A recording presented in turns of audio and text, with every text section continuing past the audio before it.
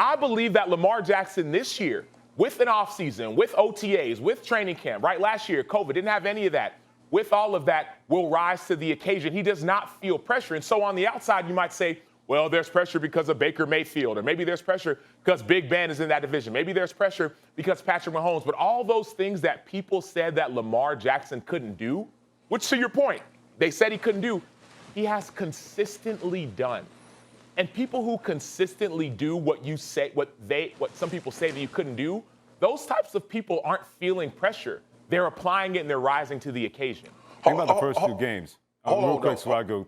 Think about the first two games he'll play. Monday night versus Las Vegas and then the Kansas City Chiefs. Those two games on national television, one on Monday night, one on Sunday night. He'll have plenty of opportunities, guys, to show people that he is impervious to pressure, or if the pressure got to him not having those two weapons at the beginning of the year. But that ain't the question.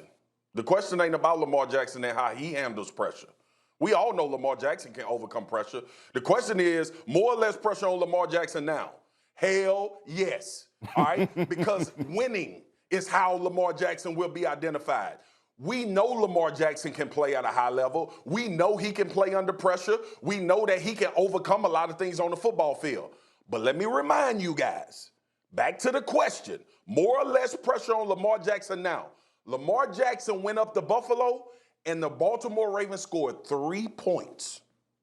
3 in a playoff game, and he lost to a quarterback where 2 years ago people were saying he's not going to even be around. So I get that Lamar Jackson and his mentality, he's been doing it since he was at Louisville. Like, to be honest with you, he's been doing it his entire life. People thought he's supposed to play wide receiver or put him at another position. Lamar Jackson had his mom as his agent. Lamar Jackson is fine with pressure. Nobody questions that. But pressure also comes in the form of, what did you do?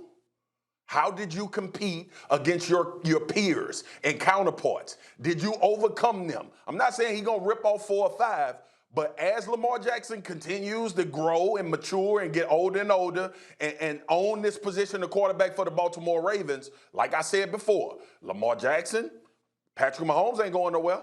Josh Allen ain't going nowhere. Justin Herbert ain't going nowhere. Baker Mayfield and what they doing in Cleveland ain't going anywhere. Aaron Rodgers still out there. Lamar Jackson going to be judged on championships, fellas. It ain't about if Lamar Jackson a good player. I think the consensus is yes. But the bottom line is, each year, that pressure is going to mount because dudes are coming. Dudes are playing better. Teams are positioning themselves to win Super Bowls. And ultimately, that's how we going to judge Lamar Jackson. Eventually in his career, we going to say he's done so much statistically. He's done so much great play-wise. He's done so much in coming back in the regular season and maybe a round or two in the playoffs, but he doesn't have a Super Bowl. It's the same tag we would have put on Drew Brees with all of his greatness. If he don't win the Super Bowl, we have an absolute different discussion about who he is as a quarterback. Lamar Jackson is about to enter that discussion. So what happens if Baker doesn't win one?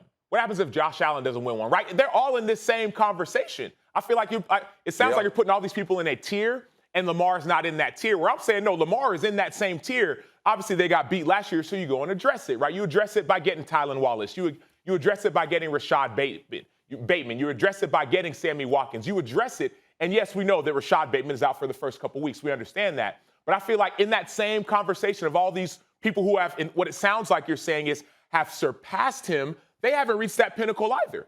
And so yes, you could say that there is pressure on Lamar Jackson. I get that. But if you're saying that, then that same pressure has to exist for Josh Allen, because he hasn't won a Super Bowl. That though he has improved drastically and dramatically, that same pressure has to exist for Baker Mayfield, because he hasn't won one. That same pressure has to exist for the entire category. He's not and I think we're saying the same thing, that yes, he is in that same category. But when it comes to feeling he's not.